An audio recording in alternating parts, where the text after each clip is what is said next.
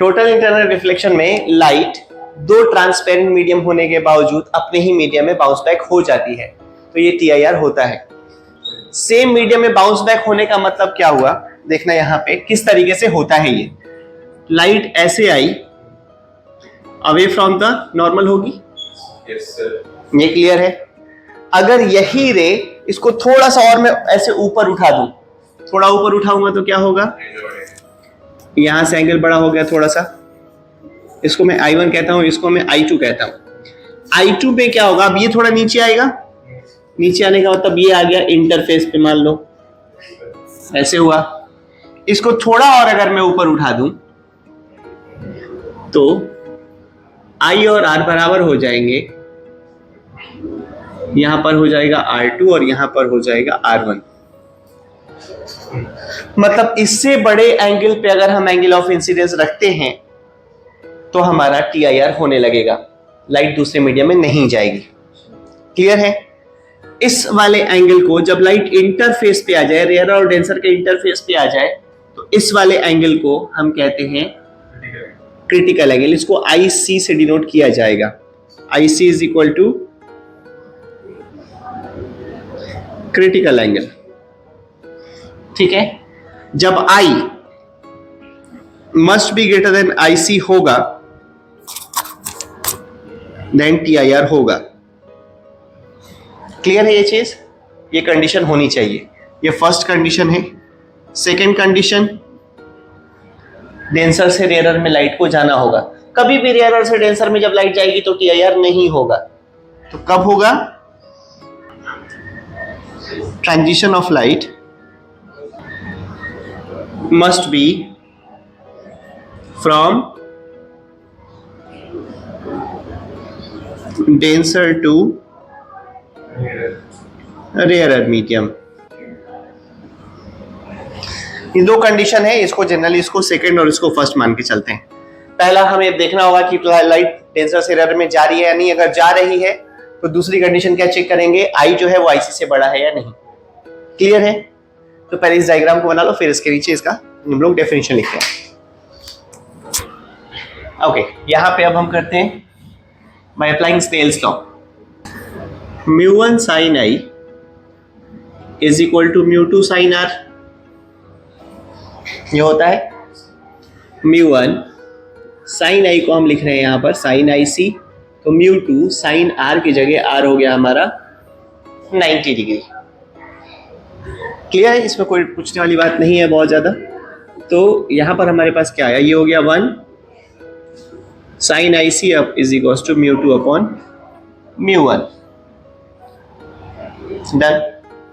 तो एक तो फॉर्मूला ये हो गया। IC क्या हो गया,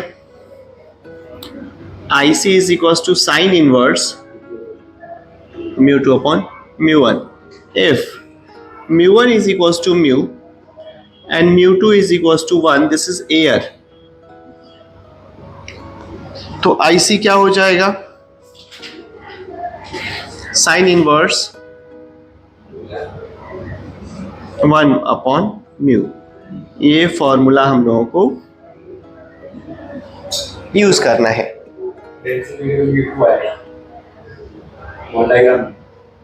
नहीं नहीं, ये μ2 होगा, दिस इज सेम। हमेशा दूसरा मीडियम μ2 होता है, पहला मीडियम μ1 होता है, दूसरा मीडियम μ2 होता है ऐसे। अब सॉल्व करने के पहले, अब रुक जाओ, 1 मिनट रुक जाओ सब लोग। देखो क्वेश्चन सॉल्व करने में क्या आएगा, सबसे पहले हमें क्या चेक करना होगा कि I must be greater than IC होता है फॉर TIR। ये होता है ना, I ग्रेटर देन IC। अब सोचने वाली बात ये है कि साइन थीटा एक इंक्रीजिंग फंक्शन है, एंगल बढ़ा तो साइन थीटा बढ़ा। क्लियर है। तो हम लिख सकते हैं sine I must be greater than sine IC। अगर I बड़ा है तो साइन I भी बड़ा होगा, तो साइन I बड़ा हो जाएगा। साइन IC की वैल्यू होती है 1/μ, है ना। यहां पर ये भी लिखता हूं, sine IC is equal to 1 upon mu. एक ये भी फॉर्मूला दिमाग में रखना। तो साइन IC इज 1/μ, मतलब साइन I 1/μ से अगर बड़ा हुआ तो TIR होगा। ठीक है, for TIR I must be greater than IC, equal to भी ले लेते हैं हम, उसको भी उसी में काउंट करते हैं। sin I must be greater than sin IC, sin I must be greater than 1/μ। Clear है ये चीज? तो I और IC का रिलेशन ये रहेगा, हमें म्यू के साथ इस तरीके से चेक करना पड़ेगा। डन। सबसे पहले क्वेश्चन क्या है, एक प्रिज्म गिवन है जिस पे लाइट परपेंडिकुलर इंसिडेंट होती है। अब इसका आगे का पाथ ट्रेस करना है, लाइट का आगे कैसे लाइट ट्रेवल करेगी। सबसे पहली बात कि लाइट जब भी परपेंडिकुलर इंसिडेंट होती है तो लाइट परपेंडिकुलरली इन कर जाती है इनसाइड द सरफेस। यहां पर कोई भी डेविएशन नहीं होता, ये बात हमें पता है। नॉर्मल के अलोंग आती है लाइट तो परपेंडिकुलर हो जाती है। अब यहां से लाइट के निकलने के लिए चलो हम सबसे पहले हम ले लेते हैं नॉर्मल। लाइट बाहर निकलेगी तो अवे फ्रॉम द नॉर्मल होगी। अब हमें यह चेक करना होगा कि लाइट बाहर निकलेगी भी या उसका TIR होगा। क्लियर है? अगर मान लो TIR हुआ तो लाइट अंदर ही रह जाएगी, और अगर वो बाहर निकली तो हमें एंगल ऑफ इमर्जेंस निकालना पड़ेगा। ठीक है, तो TIR चेक करने के लिए हम क्या करते हैं, अब हमें एंगल ऑफ इंसिडेंस क्या हो जाएगा, ये हो जाएगा नॉर्मल के साथ का एंगल। इस वाले सरफेस पे नॉर्मल के साथ का एंगल कितना होगा बताओ, आइडिया है? ये 45 है, ये 90 था तो ये 45 था, तो ये कितना रहा होगा, ये 40 नहीं, अब ये 45 है, ये 90 है, तो ऊपर कितना होगा 45 डिग्री। सिंपल सी बात है, ये 90 तो इन दोनों को मिलकर 90 होना चाहिए ना, और 180 टोटल। इतना टाइम क्यों लग रहा है छोटी छोटी बातों में। ये 45, ये 90, तो ये भी 45 हो गया, तो ये भी 45 हो गया, तो ये 45 डिग्री हो गया। ठीक है, कंडीशन ऑफ TIR, पहले डेंसर से रेयर में लाइट जानी चाहिए। डन, यहां से यहां जानी चाहिए, वो तो जा रही है। दूसरी कंडीशन मींस फॉर TIR हमें क्या करना होगा, sin I must be greater than or equal to, then sin I must be greater than or equal to 1/μ। sin IC 1/μ होता है ना। अब sin I यहां पर क्या है, here sin 45 is equals to 1/√2। तो अब यहां पर क्या दिख रहा है, sin I equal to 1/μ दिख रहा है यहां पर। here sin I is equals to 1/μ, और जब I तो हमारे पास यहां पर क्या आ जाएगा, that is equals to sin IC। तो I क्या हो गया, अगर I IC के बराबर हो जाए तो रे कैसे जाती है, I अगर IC के बराबर हो जाए तो रे हमारे इंटरफेस पे जाती है। क्लियर है? तो अगर ये I ऐसे अगर आ रहा है, अगर I IC के बराबर है तो रे किधर चली जाएगी, along, चलो A B C, along AC रे हमारी चली जाएगी। ठीक है, ये था क्वेश्चन। चलो नेक्स्ट क्वेश्चन है, ये क्वेश्चन हर साल बोर्ड में आ ही जाता है इस तरीके से, कुछ ना कुछ रहेगा TIR से रिलेटेड। अब यहां से इस तरीके से लाइट आई, डन। अब इस लाइट के बाद पूछा गया है, ये नहीं था, ये तो मैंने अभी ड्रॉ किया, ये नहीं था, पूछा गया कि ट्रेस द पाथ। अब पाथ ट्रेस करने के लिए जब ये परपेंडिकुलर लाइन होगी तो ये डायरेक्ट एंटर करेगी बिना डेविएशन के, ये पहली प्रॉपर्टी है। उसके बाद अब यहां से लाइट बाहर निकलेगी या नहीं निकलेगी, उसके लिए हमें ये चीज चेक करना पड़ेगा। TIR के लिए sin I IC के बराबर होना चाहिए, और sin IC लिख लेता हूं मैं, इज इक्वल टू होता है 1/μ इज इक्वल टू 1/√3 हो गया। Done, okay. अब इस कंडीशन में हमें I देखना पड़ेगा कि I क्या है। I देखो, ये हो गया 60, तो ये हो गया 30, ये हो गया 90, 30 90, this is 60, this is 30 degree. उम्मीद करता हूं ये बात समझ में आई होगी, है ना। ये 30 मतलब 30 कैसे, ये 60, ये 90, तो ये 30, ये 90 डिग्री ऑलरेडी था, तो 90 और 30, तो यहाँ 60 रहा होगा, और ये पूरा परपेंडिकुलर है तो ये 30 डिग्री हो गया। ठीक है, तो साइन I हो गया 30 degree, I is equal to 30 degree, तो मैं लिखता हूं sine I is equal to 1/2। चलो साइन 30 लिख दो, sine 30 is equal to 1/2। Sine IC ये और साइन I ये, बड़ा कौन सा हुआ, साइन I बड़ा है कि साइन IC बड़ा है। 1√3 का मतलब होता है 1.732, इसका डिनोमिनेटर बड़ा है तो ये छोटी वैल्यू है, तो यहां पर here sin I is less than sin IC। तो मतलब I is less than IC, मतलब हम क्या लिख दें, नो TIR, TIR होना पॉसिबल नहीं है, मतलब रे बाहर निकलेगी, तो यहां से रे निकल जाएगी ऐसे अवे फ्रॉम द नॉर्मल। अब ये होगा एंगल ऑफ इमर्जेंस। अब एंगल ऑफ इमर्जेंस है, हमें वह E भी निकाल के देना पड़ेगा, तो by Snell's law μ1 sin I, चलो मैं लिख देता हूं फॉर्मूला, μ2 sin R। चलो इस वाले इंटरफेस के लिए μ1 हो जाएगा हमारा प्रिज्म और μ2 हो जाएगा हमारा एयर, ठीक है। तो μ1 √3 sin 30 is equal to μ2 1, air का 1 हम ले सकते हैं, ठीक है, 1 sin E, done. sin 30 is √3/2, this is sin E, E कितना हो गया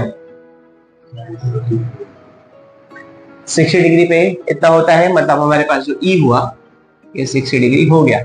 अब यहां पर एक क्वेश्चन है जिसमें कि इस तरीके का एक रेक्टेंगुलर ग्लास स्लैब है जिसमें लाइट आई 60 डिग्री के एंगल पे इंसिडेंट हुई, अब वो इस वाले एडजेसेंट सरफेस पे इंसिडेंट होगी, हमें पाथ ट्रेस करना है क्या होने वाला है। तो सबसे पहले हमें R1 चाहिए होगा, तो μ1 1 sin 60 is equal to μ2 that is √2 sin R, तो sin R हो गया, ये हो जाएगा √3/2 और √2 नीचे आ जाएगा 2√2 हो गया, ये आ गया sin R, थोड़ा टिपिकल हो गया। चलो इसको √3 कर रहे हैं, म्यू बदल दिया, म्यू √3 कर दिया, छोड़ दो म्यू √3 कर दिया, तो ये क्या हो जाएगा sin 60 √3/2 इंटू √3, चलो ये हो गया, रिफ्रैक्टिव इंडेक्स √3 है, √3 sin R। अब sin R हो गया 1/2, R हो गया 30 डिग्री पे sin 1/2 होता है, मींस दिस इज 30 डिग्री, ये 30 डिग्री आ गया, डन। ये 30 होगा तो ये 60 होगा ना, बोलो कोई डाउट, डन। अब ये हमारा आई होगा जिसके लिए हमें सोचना पड़ेगा TIR होगा या नहीं होगा, मतलब यहां से बाहर निकलेगी या नहीं निकलेगी। तो for TIR sin I must be equal to sin IC, sin IC 1/μ होता है, हो गया 1/√3। अब sin I यहां पर क्या है, sin I is equal to मैं sin 60 लिख दूं, √3/2, अब √3/2 हुआ तो ये बड़ा या ये बड़ा, sin IC बड़ा या sin ये बड़ा, 1.732/2 is equals to 0.8, चलो 865 कर देता हूं मैं, ठीक। और यहां पर ये आ जाएगा 1/0.732, मतलब ये आ जाएगा 0.1, अरे तो बहुत कम है, 0.1 समथिंग, तो sin IC तो बहुत छोटा हो गया sin IC से, sin I से। अब मैं लिखता हूं here sin I is greater than sin IC, means I is greater than IC, मतलब TIR होगा, TIR will take place, हाँ नहीं, अब TIR will take place का मतलब क्या होगा, यहां से रे 60 डिग्री पे इधर मुड़ जाएगी।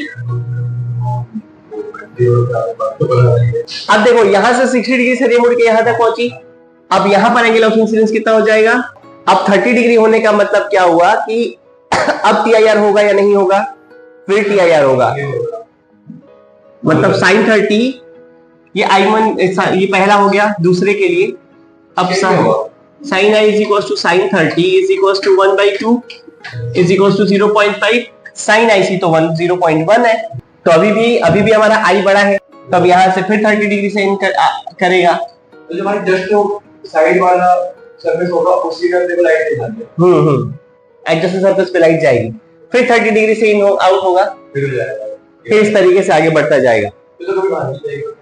पता नहीं अब इसके अब यहां से इधर जाने के लिए हमें इसके विड्थ की जरूरत पड़ेगी कि कितनी दूरी पे जाके मिली है लाइट, अब यहां मिली है कि यहां मिली है, डिपेंड करेगा, मतलब इतना बड़ा क्वेश्चन नहीं होगा, ये मेरा डेटा था इसलिए ऐसा हो गया।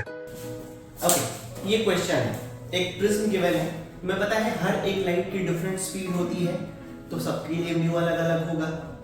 अब यहाँ पर 3 अलग अलग कलर्स की लाइट्स हैं, इन तीनों के लिए ये रिफ्रैक्टिव इंडेक्सेस गिवन है, हमें पाथ ट्रेस करना है कि लाइट आगे किस तरीके से जाएगी। ठीक है, one of the most important question है बोर्ड का। ये क्लियर है कि लाइट जब भी परपेंडिकुलर टू द सरफेस होती है तो लाइट डायरेक्ट पेनिट्रेट कर जाती है बिना डेविएशन के, तो मतलब ये तीनों रेज यहाँ पर बिना डेविएशन के पेनिट्रेट करके सीधे चले जाएंगे। क्लियर है यहाँ तक? अब अगर नॉर्मल ड्रॉ करें ऐसे, तो अगर ये 45 डिग्री है तो ये नॉर्मल 90 डिग्री हो तो ये 45 डिग्री हो जाएगा। देख लो,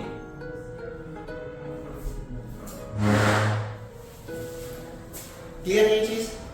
इसका मतलब क्या हुआ कि तीनों रेज के लिए एंगल ऑफ इंसिडेंस आई जो है that is 45 degree for all, तीनों के लिए है। अब यहां पर 40 आई मैं लिख देता हूं sin i, तो sin i भी यही ले लेता हूं, sin i is equals to 1/√2। अगर i 45 है तो sin i 1/√2 है, sin 45 is 1/√2। 40 IR sin i must be greater than 1/μ, होना चाहिए ना। तो लेते हैं और रेड कलर 1/μ क्या हो गया 1/1.37। अब ये बताओ 1/√2 बढ़ा या 1/1.37 बढ़ा? √2 की वैल्यू 1.414, तो ये बढ़ा या वो बढ़ा? ये बढ़ा, जिसका डिनोमिनेटर ठीक है। तो यहाँ पर क्या लिख सकते हैं, यहाँ पर here sin i is less than sin ic, clear है, is equals to 1/μ, चलेगा। अब इसका मतलब क्या हुआ, there is no TIR, मतलब रेड कलर का TIR नहीं होगा। ठीक है, sin i less than sin ic है और TIR के लिए sin i को ग्रेटर देन होना चाहिए। चलो, तो रेड कलर का TIR नहीं होगा, रेड कलर बाहर निकलेगा ऐसे, तो ये हो जाएगा angle of emergence red colour के लिए। तो उसका मतलब क्या हो जाएगा, लेते हैं Snell's law. By Snell's law μ1 sin i मतलब इसके लिए म्यू हो जाएगा 1.37 sin 45 is equals to μ2 1 sin r। तो e क्या हो जाएगा, sin इनवर्स 1.37 अपॉन √2 हो जाएगा। ये r की पूरी डिटेल आ गई। अब इसको मैं हटा देता हूं यहां से।